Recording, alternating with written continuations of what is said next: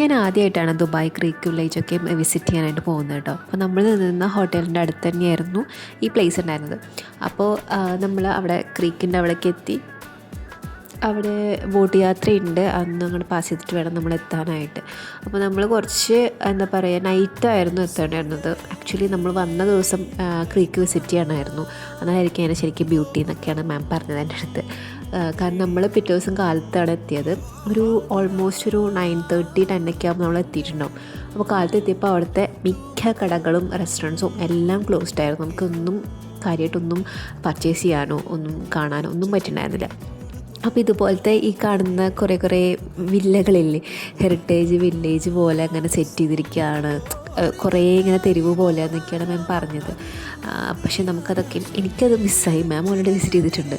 അപ്പോൾ പോക്കിലിങ്ങനെ കുറേ ഷിപ്സും കാര്യങ്ങളൊക്കെ കണ്ടു കേട്ടോ. അപ്പോൾ നമ്മളൊരു സെപ്പറേറ്റ് ബോട്ട് എടുത്തിട്ടാണ് പോയത്.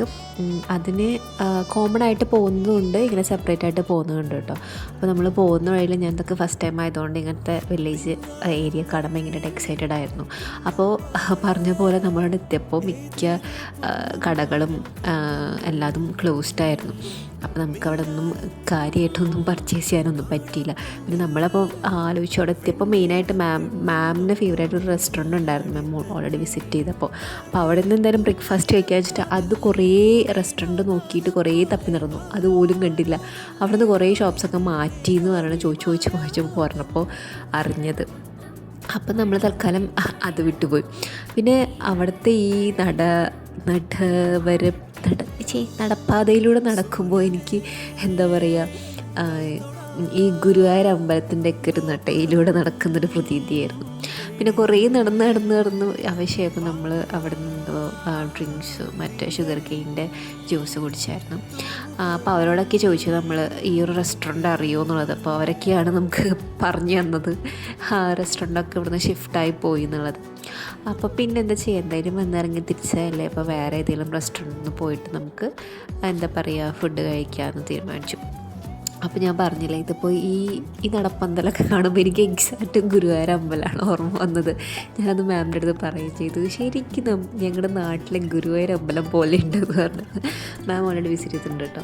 പിന്നെ 1-2 ഷോപ്പൊക്കെ തുറന്നിട്ടുണ്ടായിരുന്നു. അവിടെ ഇതുപോലെ എന്താ പറയുക ഇങ്ങനത്തെ കുറേ കളക്ഷൻസ് ഓഫ് സാധനങ്ങളൊക്കെയാണ് ഉണ്ടായിരുന്നത്. പിന്നെ നമ്മൾ പറഞ്ഞ റെസ്റ്റോറൻറ്റ് ആ വഴിവെക്കിൽ നമ്മൾ പോയി നോക്കിയിട്ടോ. അവിടെ മുന്നേ ഇവിടേക്ക് ആയിരുന്നാണ് മാം പറഞ്ഞത്. പക്ഷേ അത് ക്ലോസ്ഡ് ആയിരുന്നു, ആ റെസ്റ്റോറൻറ്റ് ക്ലോസ്ഡ് ആയിരുന്നു. അത് നല്ല ആംബിയൻസ് ഉള്ള റെസ്റ്റോറൻ്റ് ആയിരുന്നു കേട്ടോ.